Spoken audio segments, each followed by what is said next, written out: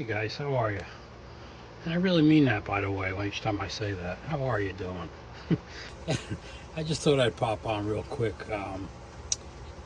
With the heater down here, I got it up to about 60, I think it's 69 degrees and 26% humidity. So I figured, what the heck, I'm going to mix up some clear and shoot it. I really want to get this finished and off the bench.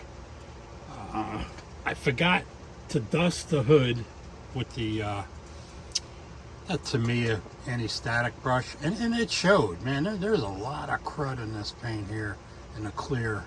I might be able to rub it out when it's fully cured. I don't know. I also found out that I'm gonna have to strain my clear after mixing it, because the little crust on top of the lids, I don't know if it'll show in here, but I actually saw it shoot out of the brush, and I was like, oh man. So, and then another thing with this, if I ever build another one of these, I'm painting this spear on the side. Forget about the decals, guys. I mean, you might have better luck than I did, but I mean, this is my second shot at it, and they still wouldn't lay right. But yeah, I'm gonna try to, once it's fully cured, I'm gonna try to rub this out a little bit, see if I can't get that dust out of there. I can see it. I don't know if you guys can.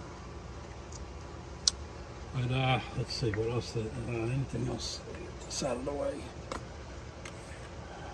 Yeah, I think I did with my last update. I showed you everything else.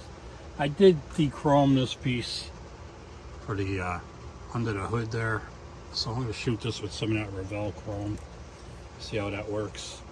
I did the air cleaners. I don't know if I showed you before, but I did the bottoms, and I think I'm going to just see if they fit in there in place. I might do the. There's really no place for a stud on these carbs. I was gonna put a stud in there and drill, a piece of guitar string like I did in my other builds. But there's not much room on these carbs for that, and I'd hate to, being their resin carbs, I'd hate to split it apart trying to drill it out. So I'll come up with something. I guess it's still not totally flat, round, I should say. The shifter, the decal for the shifter, the H pattern, it still won't lay. I mean, I've been putting Solvaset and scale finishes, black magic on it, and it still ain't setting. And show you how funny things are. This morning I was looking at one of Mike, the intake. He was showing a 65 Lincoln that Manny had sent them, Manny Scale Models. Great guy, Manny, I'll tell you. He's got everybody's back. He's something else. But while I was looking for the tail lights that Mike is looking for, I have this. I don't know if you can see it. Where the Woody's sitting. This is all headlight and tail light, and then I got the chrome up here. But I dug all that out. I actually have a box, all 65 Lincoln parts. I figured they'd be in there. They weren't in there, but I did find one tail light in here for a 65. But getting back to the story here, as I was digging, this here I started a long time ago. It's ready for, oh God, it's ready for, I'm trying not to hit the camera. It's ready for paint.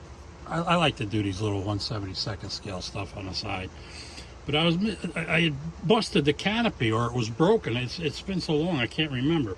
But digging for the taillight chrome, I come across, you're not going to see it there, but here's a canopy for a 1/72 scale Spitfire. So it was kind of cool to find that.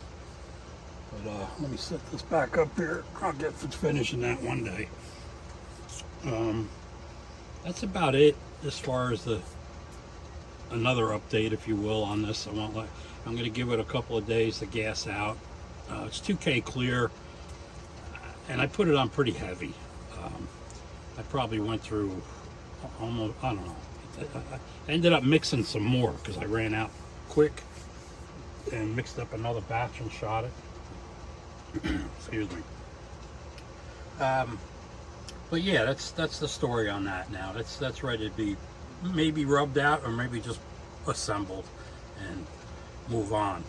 But getting back to my my weird and strange kits, old, strange, odd, whatever you want to call them.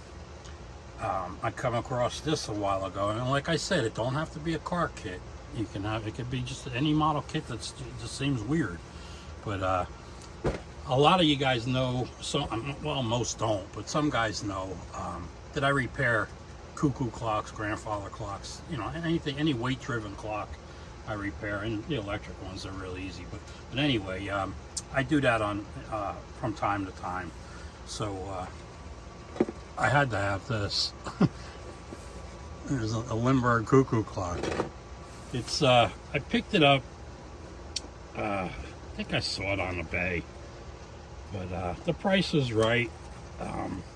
I bid on it no more than I was willing to spend, and I guess I got it, because I've had it for a while now. But there's the instructions. It's been started. The gearbox is kind of, I'm looking at it, but you're not. Gearbox is kind of laid out. The parts are bagged up, but everything's there. I'm debating on whether just to build it or leave it as is. I mean, I would kind of like to have it down here working, but as Tiffany knows, I have no room for anything on the walls here. But that's that. Just a weird cuckoo clock from Limberg. Let's see if this is dated. I don't know if Limberg dated their kits. I don't remember. I guess I could go on that. Oh yeah, here it is, 1966. So it's been around a while. I don't think it's ever been repopped, not that I know of. It's not really a demand for cuckoo clock model kits. But anyway, guys, I just thought I'd show you the update. I got this thing in clear. I'm going to let it gas out really good and rub it out, or like I said, just put it together and move on. But thanks for stopping by, and if it's your first time stopping, give me a thumbs up if you kind of like what you see, or whatever there. And to all my subscribers, I really appreciate every one of you. You all know that. I mean, I'm gonna keep repeating myself because that's how I feel, but I really appreciate all my subscribers. And so yeah, I guess that's it. I don't know what else to say here. There's not much to talk about. I did win a bid this morning. There was I'm restoring a Rat Vega, that old monogram from 72, 77, I think it was. But the taillights were in real bad shape, and I was thinking about just trying to make them, but they're like two triangles, if you will, and they're bent kind of like this. And a friend of mine, Doug, he tried to cast me some in some red resin, and if I had to, I'd try to make them work, but they didn't turn out as well as he thought they would. But yeah, I just there's a bunch of bodies and some other junk, but he had the Rat Vega there, and I kept blowing up the picture, and the taillights look really good, so I ended up getting it. It was at $7.50 this morning, and I said, you know what, it was like maybe 10 minutes to go, so I sat there and I threw in a bit of, I wasn't going to pay more than $12. I said, that's it. I ended up getting it for $8.50. But anyway, yeah, so hopefully I got some good taillights coming for that restoration. And but that's it, guys. I'm rambling here, trying to think of something else to say, but here I am at 10 minutes already. It's enough. So again, guys, thanks for stopping by. Appreciate you all, and don't forget to check out my the descriptions at the end of the video. There I'll have some links for some 10% off on scale finishes, gallery airbrushes, and hobby nut models. So thanks again, guys, and sorry for rambling like this at the end. I was trying to come up with something to make it a little more interesting here, but that's about it. I'll touch you at the next video, guys. Take care.